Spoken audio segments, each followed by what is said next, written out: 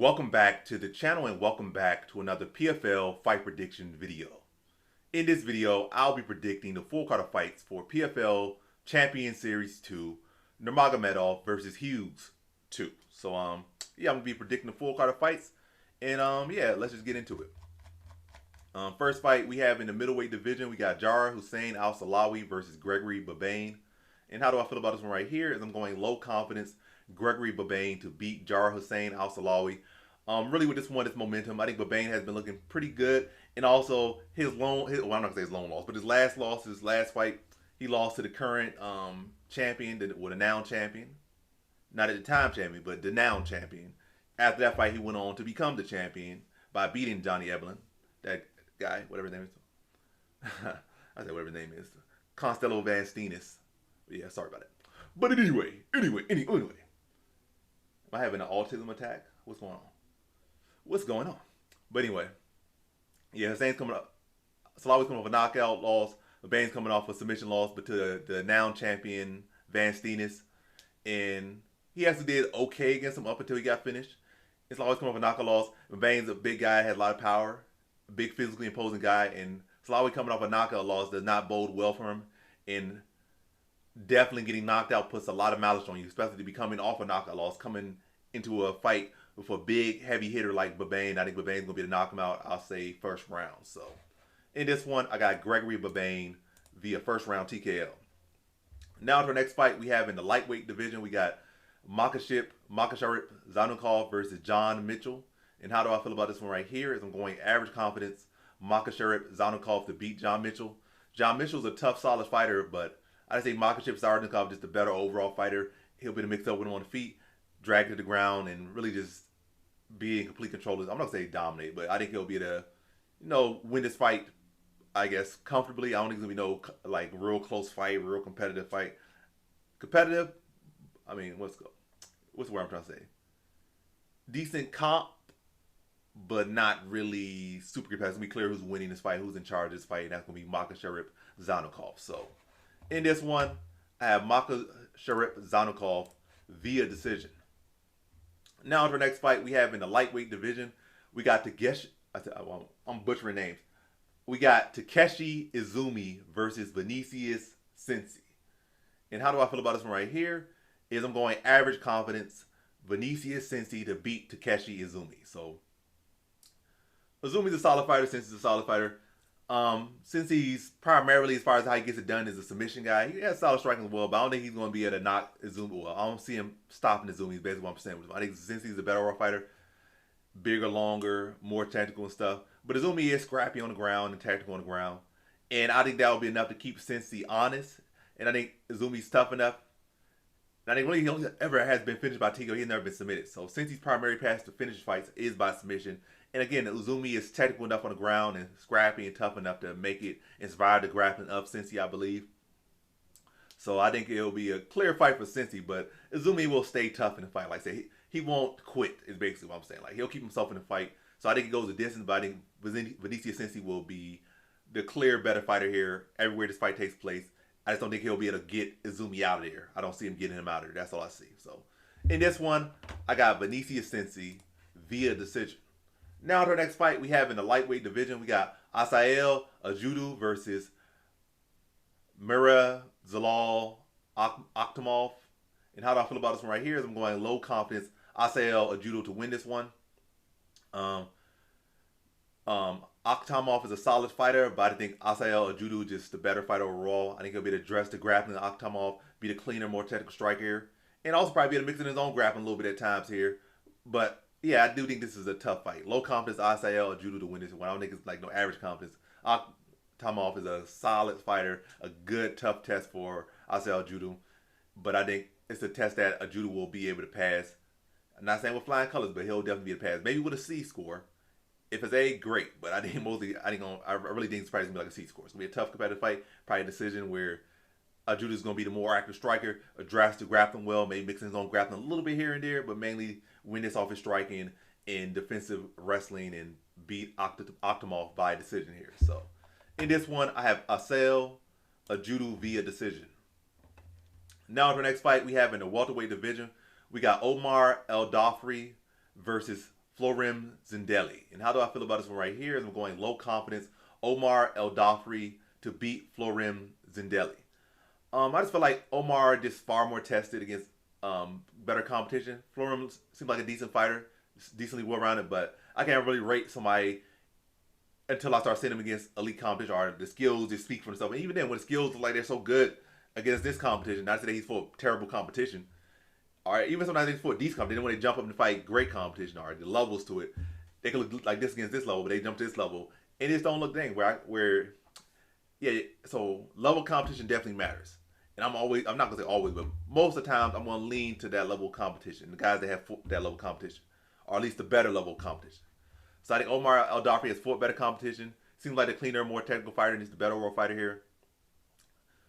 And I'm gonna say like a third round TKO for Omar El Dafri. I think he'll be able to drag Zindelli, break him down the course of the fight, and stop him in the third. So in this one, I got Omar El Dafri via third round TKO. Now to the next fight, we have a catchweight bout at 165 between Zubaira Tukhugov versus Artem Lobov. And how do I feel about this one right here? Is I'm going average confidence Zubaira Tukhugov to beat Artem Lobov. So y'all don't know where Lobov is at his life, but anyway, average confidence Zubaira Tukhugov to beat him. Lobov is just a striker, has never really shown any great offensive wrestling. So at some point, okay defensive wrestling, but yeah, primarily just a striker. I don't think he's fought at an elite level MMA in a while. Hasn't won in a while. Like, and probably just not in a good position at all in life. Probably in debt. His former friend Conor McGregor just did him dirty, or he did himself dirty in that situation. But either way, he just put himself in a hole, and I think he just desperately needs money. And yeah, he just coming here to pretty much lose, pretty much. I don't see how he wins. I feel like Tukhugov can hold his own with him on the feet. Just can't get too cocky there. But even then, Tukhugov has a pretty sturdy chin. I don't think Tukhugov has ever been TKO. Lobov might be the hardest hitter he has ever fought, but I think Tukhugov's chin will hold up.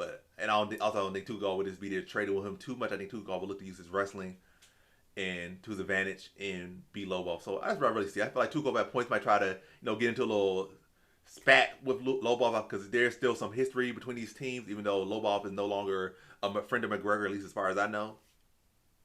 So there's a bit of history there. But in the past, Tukhugov and Lobov were enemies because Lobov was on team McGregor and Tukhugov is team Khabib and all. So it still might be some animosity, even though they probably really should be on the same side now. There's probably still gonna be a little bit of animosity in this one. So it might end up Tukhugov might get caught up in that and start striking a little bit. But I feel like once start feeling some heat come back, I feel like he can go back to wrestling or at least go back to fighting more mindful.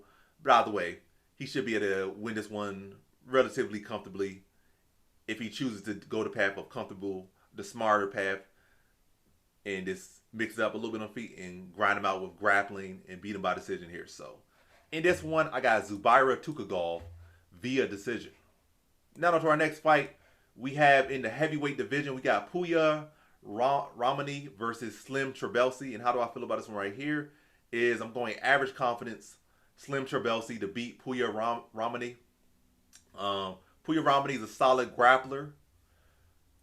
And that's really about it. I feel like he's still trying to mesh himself into an MMA fighter, but his striking is still really unpolished and untested. You can say the same about Slim Trabelsi, but I feel like Trabelsi is a more polished MMA fighter, more tested for better competition.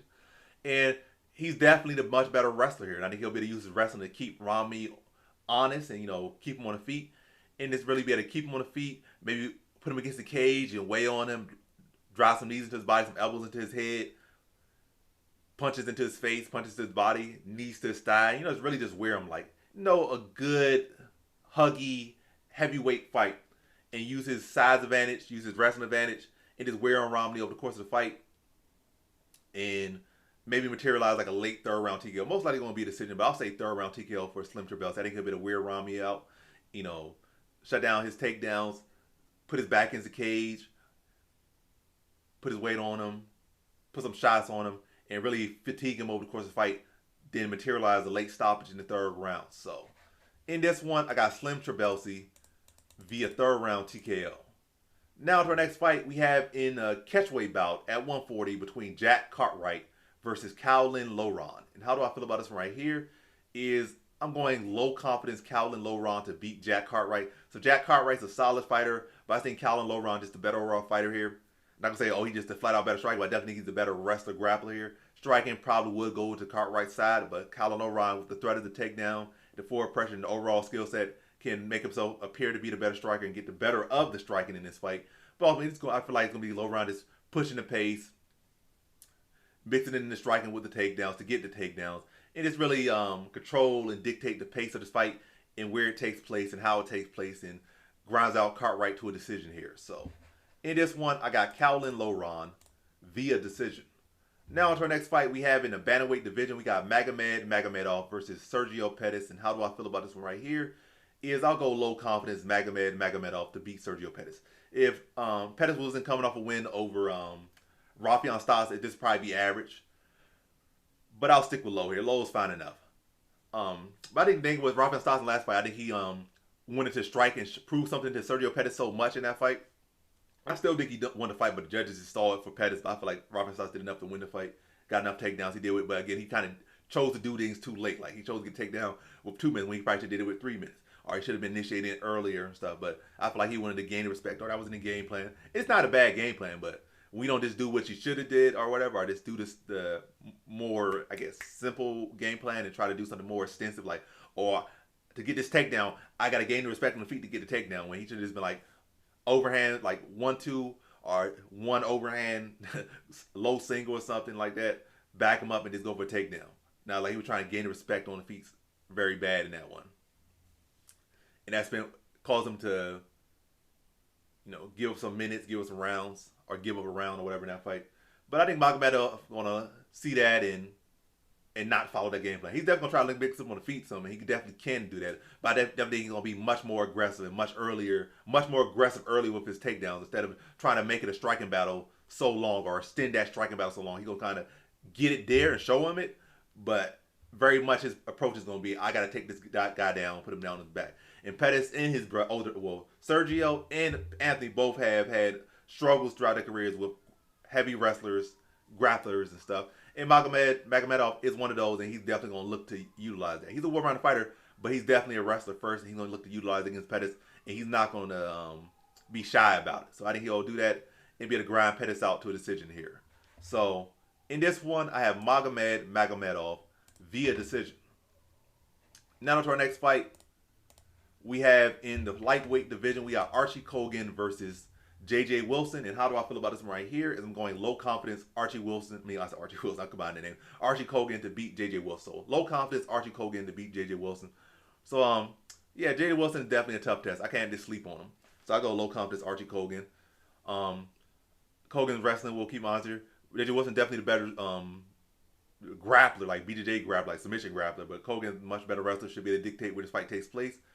J.J. Wilson on the feet will be, lengthy, try to apply the pressure, apply the volume. But I think Kogan's power will be superior here. I think he'll be able to crack him. Like Wilson might throw more shots, might even land more shots, but Kogan will land the harder shots, the more significant shots, and also be able to mix in the takedown maybe to draw off some of the volume of J.J. Wilson. Then in the guard of Wilson, I think he'll be able to land good ground and pound on him.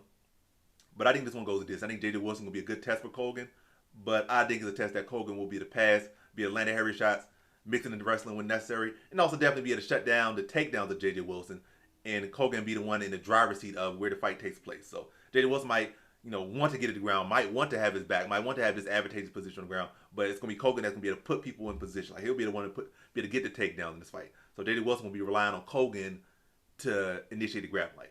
If J.J. Wilson, I guess his best approach will be trying to throw volume and crowd him, and then maybe get him to dive into a guillotine.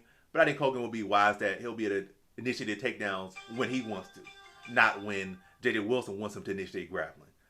Initiate the grappling on his own terms to get his advantage and win a decision over J.J. Wilson. So in this one, I have Archie Kogan via decision. Now for our co-main event, we have in the light heavyweight division for the PFL vacant light heavyweight championship, we got Corey Anderson versus Dublazan Yakshimuradov. So I said his full name even though this page don't have his full name. But yeah, Yakshimuradov. And how do I feel about this one right here is I'm going average confidence Corey Anderson to beat Dublazan Yakshimuradov. So Yakshimuradov is a solid fighter, but we've seen him really out-grappled multiple times now. And Corey Anderson can definitely do that. I feel like I think I'm talking about Corey Anderson already beat him, I believe. I finished him. I don't know if that was Phil Davis or Corey Anderson. By the way, similar fighter, similar skill set.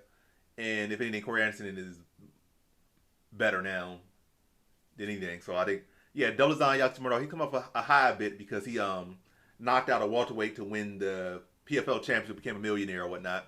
But yeah, against Corey Anderson is a true light heavyweight, true championship level light heavyweight for real. Like Bellator, beat Jan Blachowicz at one point. So this guy has beaten championship level fight. He beat Bader, he beat Phil Davis.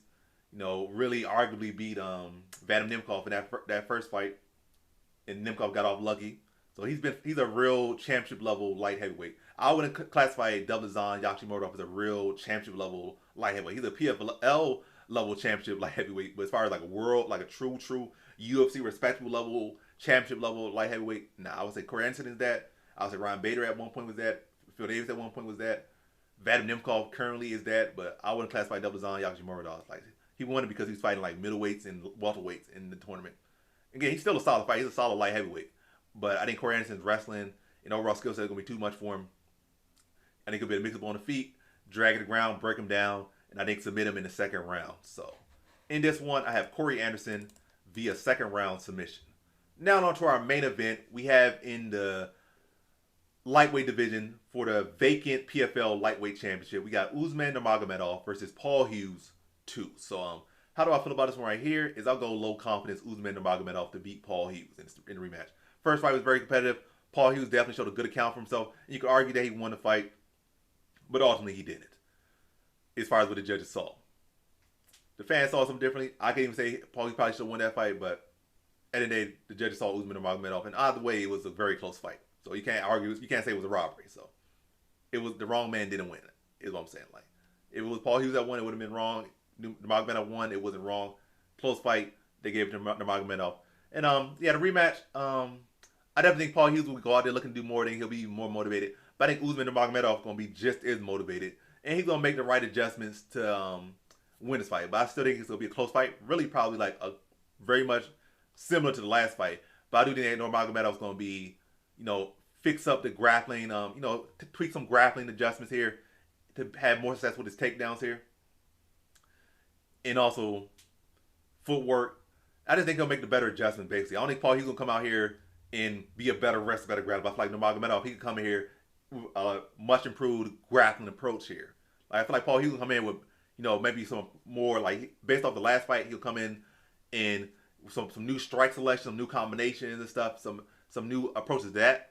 But as far as the grappling approach, I don't feel like he'll come with any new great approaches to that. I don't feel like he'll be coming here and really score no takedowns on Nurmagomedov or look to submit Nurmagomedov. Where I feel like Nurmagomedov can definitely look to adjust in that part of the game. Maybe look to wall and stall Hughes more. Maybe look to, put him in the cage and attack single legs off the cage, or maybe look to get trips off the cage, turn him off the cage, or when he's trying to turn off the cage, look to hit trip. Like I feel like Nurmagomedov, like especially with Khabib and him, and how close the last fight was, and how important this fight is for Lexi, and how important it is for him to get past Paul Hughes at this point in his career. I feel like that team just gonna come up with some very crafty things to beat Paul Hughes. Still gonna be a close competitive fight, and probably just as close as the last fight. But I feel like Nurmagomedov is gonna make the clearer adjustments. Where I feel like Paul Hughes, he'll make decent adjustments. I basically feel like Nurmagomedov is gonna come in with the better adjustments. And I feel like Paul Hughes, really all his adjustments really gonna be is in the striking department. So if Nurmagomedov comes in with some unique type of takedown setups, I don't think Paul Hughes is really going to be able to prepare for. Like, really, as far as a striker, you may be like, oh, I'm real locked in on defending the double, the basic double, the basic single, the basic takedown of the cage. But you start adding some trips in there, it's very hard to prepare for that, especially if he didn't do that in his last fight. Unless you got a worm or a snake in his gym to say, oh, he's actually working on this takedown, that takedown. He's working to try to snap your head down and get trips off the front headlock, So it's easy to prepare for this basic takedown. So if Nurmagomedov start training some nice little judo trips, judo sweeps and stuff, some Greco this, Greco that, or start looking to have judo BJJ based takedowns off submission attempts, it's gonna be very hard to prepare for that. Or start doing some John Jones-esque thing where you just use the tack up a single to get to the body lock and pin him against his cage and drive knees in his body and try to take 30 seconds off the clock or something like that here and there. Just little crafty things, it's gonna be very hard for Paul Hughes to deal with. Like it's either deal for like a basic low level, low brain grappler who just try to shoot blast doubles or low singles or overhand single. Like that's what everybody's been training for like the past 20 years. So they know how to deal with that. But you start mixing stuff up, it's gonna be very hard to deal with that or even train for that or expect it. Like you could try and do a good job of it, but you can't ever prepare for that too much. I think that's what Nurmagomedov gonna kind of his approach gonna be. Still gonna do what he did, but look to have a little bit or impactful addition grappling uptick from the last fight. But yeah, in this one, I got Usman Nurmagomedov via decision. And so that concludes my fight predictions for the full card of fights for PFL Champion Series 2, Nurmagomedov versus Hughes 2. Thanks for watching. Like, comment, subscribe, and come back for more videos. Peace.